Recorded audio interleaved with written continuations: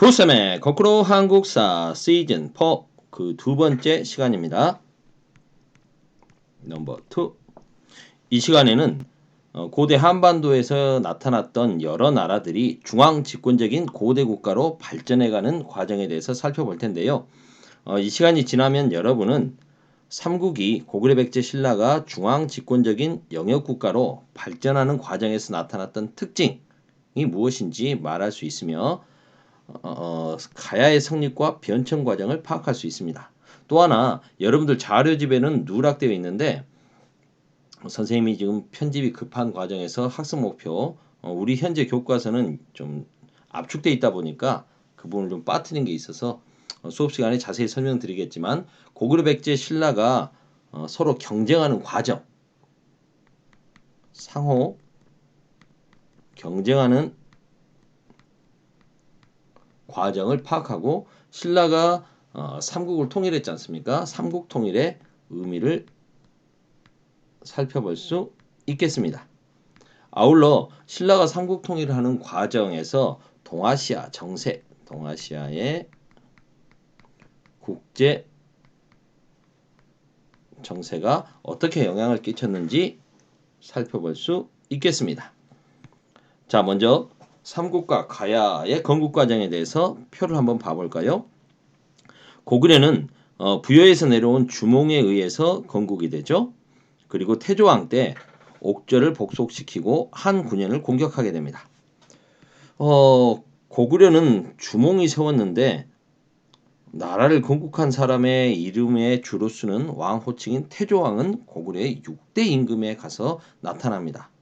여기에는 어떤 미스테리가 담겨져 있을까요? 여러분들 교과서에 있는 계보도를 한번 고구려 왕위 계보도 부록편을 보시면 부록의 왕위 계보도를 보시면 태조왕에 대한 좀 의문점이 들 겁니다. 그 의문점은 무엇인지 수업 시간에 선생님과 함께 자세히 이야기해 보도록 하고요. 고구려는 앞선 시간에서 배웠듯이 오부족 연맹체였습니다. 연맹왕국으로 출발을 하죠. 계루부, 소노부, 전로부, 관노부, 순노부 이렇게 각 부마다 고유의 명칭을 쓰고 있었는데 고국천왕은 이걸 동부, 서부, 남부, 북부, 중부 이런 식으로 방위명으로 바꿔버립니다. 그 말은 부의 고유의 전통을 가지고 있는 독자성이 강했던 것을 중앙에서 행정적인 성격으로 바꿨다. 다시 말해서 왕권이 강화되고 있음을 알 수 있습니다. 소수리왕 때 불교를 수용하고 그 다음에 교육기관인 태학을 설립하고 율령을 반포하죠. 율령, 격식 할 때 그 율령입니다.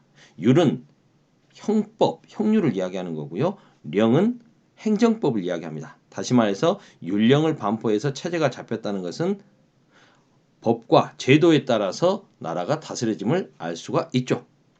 우리 학습 목표 첫 번째 중앙 집권적인 영역 국가로 발전하는 과정에서는 각 부마다 가지고 있었던 전통, 조상 숭배 등의 원시 종교 대신에 불교라고 하는 고등 종교로 나라의 사상을 통일하는 과정, 그리고 율령을 반포하고 그 다음에 왕위를 자신의 아들인 부자 상속, 아들에게 상속시켜주고 이런 모습들이 나타나는 것을 통해서 중앙 집권적인 영역 국가로 발전할 수 있음을 보여주게 됩니다. 자, 백제의 건국 과정을 볼까요?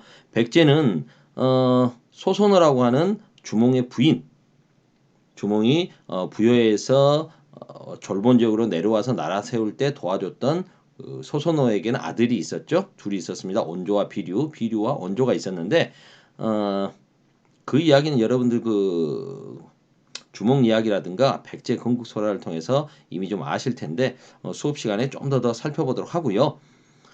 여기선 간단하게 말씀드리면 소손호는 두 아들을 이끌고 주몽을 떠나서 한강 유역으로 내려오게 되죠. 내려와서 한강 유역의 토착 세력과 결합을 해서 나라를 세우게 됐으니 그 나라가 바로 백제입니다. 백제의 원래 이름은 십제, 10개의 세력이 강을 건넜다라는 의미였는데 이제 한강 유역을 확보하게 되면서 점차 나라 이름이 후에 백제로 바뀜을 알 수 있습니다. 신라 같은 경우에는 지금의 경주 지역에 있었던 작은 소국 사로국에서 출발하게 되죠. 건국신화를 보면 박혁거세 이야기가 나오고요. 사로 육촌의 촌장들이 나옵니다. 그래서 박씨, 석씨, 석탈의 김씨, 김할지 이렇게 박석, 김씨 등이 번갈아 가면서 왕을 하다가 내물왕대에 이르러서 글씨가 잘 안 써지네요. 김씨가 왕위를 세습하게 되죠. 그리고 지배자의 호칭도 거서관, 차차옹, 이사금에서 마립간이라는 호칭을 쓰게 됩니다. 가야는 변한 지역에서 일어났죠. 김해의 금관가야를 중심으로 전기 가야 연맹을 형성합니다. 그리고 금관가야가 주도해서 형성된 가야 연맹은 신라, 백제 등과 자웅을 신라와 경쟁을 주로 하게 되죠. 백제가 아직까지는 그 지역으로 세력을 뻗치지 못했으니까 마한 세력들과 견제를 하면서 성장을 하게 되는데 4세기 말에 고구려 광개토대왕이 신라를 도와주기 위한 구원 전쟁을 일으키죠. 그러면서 가야 지역까지 쳐들어와서 이때 전기 가야 연맹은 크게 쇠퇴하게 됩니다. 전쟁의 피해를 덜 받았던 이제 고령의 대가야를 중심으로 후기 가야 연맹을 형성하게 되죠. 내용은 많은데 설명해주고 싶은 건 많고 복잡하네. 삼국은 초기에 각 부가 모여서 주가 중대사를 결정했다. 이게 무슨 말이냐면 처음에는 여러 부가 연맹해서 나라를 세우게 됩니다. 국가 발전 단계 선생님이 지난 시간에 아마 설명을 했어요. 수업 시간에 설명을 했는데 처음에는 군장 국가로 출발을 하죠. 작은 소국에서 출발을 하는데 이게 이제 뭉쳐서 여러 개의 연맹 왕국을 형성하게 되지 않습니까?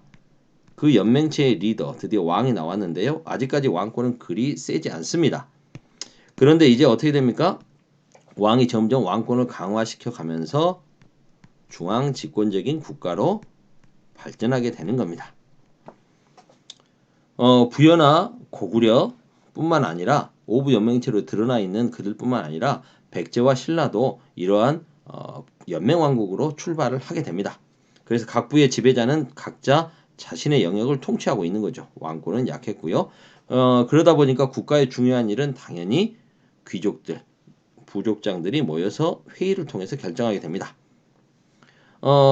부여도 그랬고 고구려도 그랬고 지배층의 명칭이 가라고 했죠. 그래서 고구려 같은 경우는 귀족회의가 이러한 가들이 모두 모여서 회의한다. 모두 제가 회의 등의 회의 제도가 발전하게 된 것입니다. 중앙 집권적인 지배 체제를 갖춰가다. 이제 각 부의 세력이 점차 약화되고 중앙의 왕권이 세어져 갑니다. 그러면서 이제 각 부의 지배층은 중앙 귀족이나 중앙의 관등제에 편입이 되는 거죠. 그리고 이제 각 독자적인 행정 구역을 갖고 있었던 부는 이제 중앙에서 통치하는 행정 단위로 재편되는 거죠. 고구려의 오부가 방위를 의미하는 동부, 서부 등으로 바뀐 걸 통해서 알 수가 있을 겁니다. 그리고 이제 회의 제도도 각자 독자성을 가지고 왕과 거의 비슷한 힘을 갖고 있었던 부족장들이 모여서 회의를 하던 회의체에서 점점 왕이 임명한 관리가 회의를 주재하고 결국 거기서 결정된 귀족들의 회의라 할지라도 회의 결정된 내용이라 할지라도 왕이 허락을 해줘야 왕의 재가를 얻어야 비로소 집행이 될 수 있을 정도로 왕권이 강화됩니다. 고구려의 재가 회의, 백제의 정사암 회의, 신라의 화백 회의 등이 바로 이런 회의들이죠. 그래서 그걸 각각 주재하는 사람이 재가 회의를 주재하는 사람은 고구려는 대대로 같은 사람이 있고요. 그럼 대로들 중에 가장 높은 사람. 백제 같은 경우에는 중앙 귀족들이 이제 좌평이지 않습니까? 그 중에 가장 높은 사람 상좌평. 신라는 대등들 중에 제일 높은 사람 상대등이 회의를 주재하게 되는 것이죠. 그리고 이런 중앙 집권적인 체제를 갖추고 있는 나라들의 중앙 집권적인 영역 국가로 발전하려면 그 공통점 중에 하나가 아까 한번 설명했습니다만 율령이 반포되고 그 다음에 고등 종교인 불교를 수용하게 된다는 것입니다. 자, 삼국 중에 가장 먼저 주도권을 잡은 나라는 백제였습니다. 백제는 이미 2세기 때 고이왕 때 한강 유역을 장악하게 됩니다. 당시 마한 54개 중에 소국이었던 백제가 마한의 주도 국가였던 목지국과의 경쟁에서 승리하면서 이제 점점 영역을 넓혀가는 거죠. 관등제를 정비했습니다. 그리고 4세기 중엽 근초고왕 때 마한을 완전히 정복하게 되죠.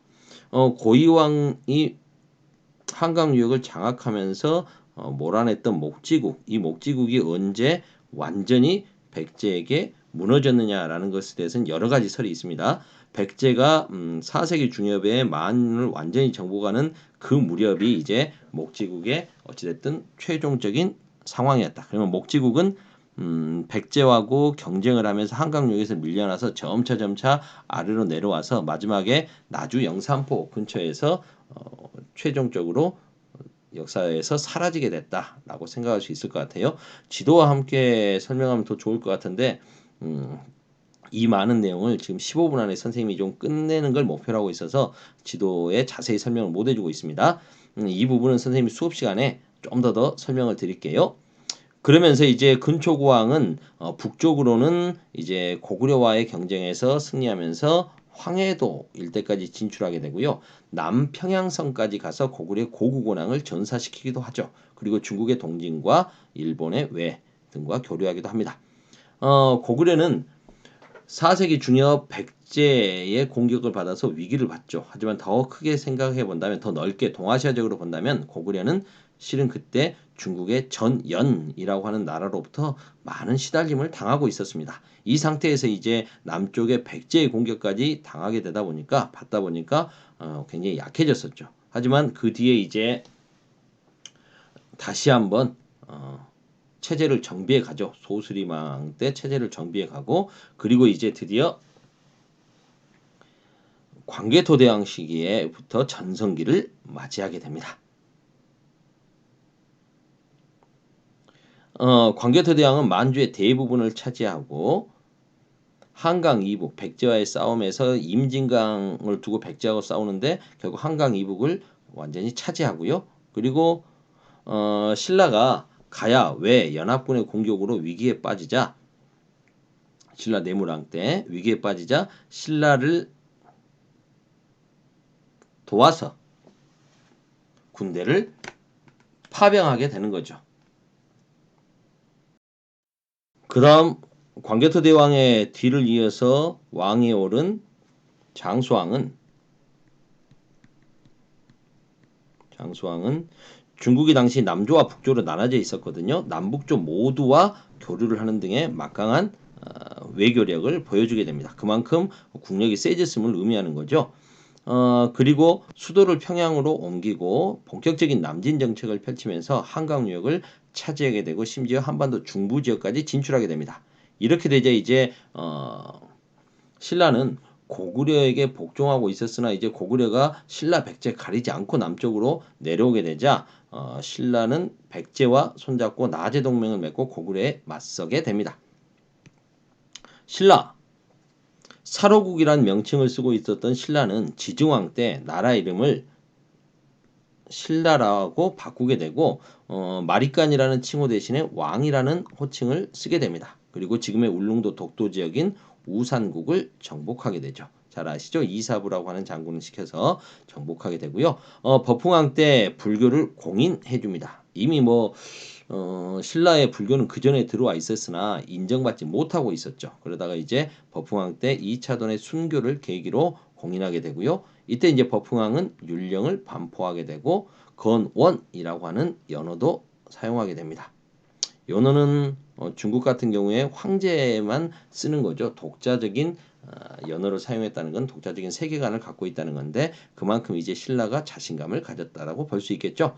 그리고 버붕왕 때 이제 금관 가야를 병합하게 됩니다. 이때 이제 금관 가야의 왕족들이 신라의 진골 귀족으로 편입되게 되는데 나중에 삼국 통일을 이끌게 되는 김유신 가문이 바로 이 금관가야의 왕족 출신입니다. 진흥왕은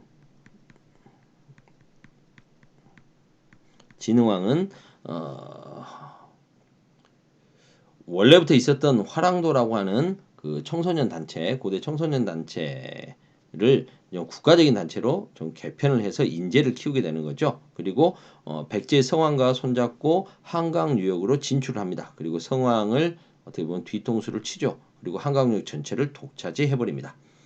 성왕, 백제 성왕은 여기에 대해서 이제 진흥왕의 배신에 열받아 가지고 3만여 명이 넘는 군대를 거느리고 이제 관산성을 집중적으로 공격하다가 오히려 전사하게 되고요. 그리고 성왕의 신라 보복 전투에 참가했던 대가야는 진흥왕의 공격을 받아서 멸망하게 됩니다. 그리고 진흥왕은 한때 함경도 유역까지 진출해서 진흥왕 순수비, 마운영비, 황초령비를 세우게 되는 거죠. 남북조로 수백 년간 갈라져서 싸우고 있었던 중국이 수나라로 통일되게 되고 이 통일제국 수나라는 자신들 중심으로 동아시아 질서를 재편하려고 합니다. 하지만 고구려가 거기에 응하지 않죠. 그래서 여러 차례 고구려를 침략합니다. 하지만 수나라의 침략을 고구려는 살수대첩 등으로 번번이 막아냈고요. 수나라는 남조와 북조를 연결하던 중국의 남쪽과 북쪽을 연결하는 대운하를 파는 이러한 토목공사, 무리한 토목공사와 무리한 고구려 원정으로 머지않아 멸망해버리고요. 내부 반란은 무너지고 다시 중국을 통일하게 된 당나라도 역시 자신들 중심으로 동북아시아의 질서를 재편하려고 합니다. 당연히 독자적인 천하관을 가지고 버티고 있었던 고구려는 당나라와 싸울 수밖에 없었죠. 하지만 고구려의 연개 소문은 안시성 전투로 대표되는 당나라와의 싸움에서 승리하게 되는 거죠. 물론 안시성 전투에 연개소문이 직접 싸운 건 아니지만 연개소문이 지휘하는 고구려가 당의 공격을 막아냈다. 자세한 내용이고 우리 교과서에 너무 지금 짧게 돼 있는데요. 선생님이 수업 시간에 좀 더 설명해 드리도록 하겠습니다. 동아시아 당시 6세기 말 7세기 중엽까지의 동아시아 국제 질서를 지도를 통해서 한번 살펴봐야 되는데 시간이 너무 부족하네요. 이 부분도 선생님이 교과서에서 한 번 더 설명드리도록 수업 시간에 한 번 더 설명드리도록 하겠습니다. 백제 의자왕은 아버지 무왕의 뒤를 이어서 신라에 대한 대대적인 공격을 하게 되고 신라는 고구려의 도움을 요청했으나 연개소문은 오히려 한강 유역을 돌려달라며 거절하게 되죠. 그러자 신라의 김춘추는 당나라까지 가서 이제 나당 연합을 형성하게 되고요. 그리고 이제 백제와 고구려를 차례로 멸망시키게 됩니다. 그리고 백제에는 당나라가 웅진도독부 그리고 고구려에는 안동도호부를 설치하게 되고요. 오히려 신라의 문무왕을 계림 대도독부의 도독으로 임명하면서 한반도 전체를 장악하려고 시도하게 되죠. 그러자 이제 신라는 고구려 유민들과 손잡고 나당 전쟁을 일으키게 됩니다. 결국 기벌포 전투, 매서성 전투, 기벌포 전투에서 기벌포해전에서 당군을 물리치고 당군이 당나라 세력을 이 땅에서 축출하게 되면서 대동강에서 원산만 이남의 땅을 차지하게 되는 거죠. 신라의 삼국 통일. 여기까지 보는 데만 18분이 걸리네요. 너무 많은 이야기를 선생님이 압축적으로 했습니다. 1시간 만에 아마 수업 시간에도 1시간 만에 못 끝날 것 같아요. 이 부분 수업 시간에 좀 더 자세히 살펴보도록 하겠습니다. 오늘은 여기까지 할게요.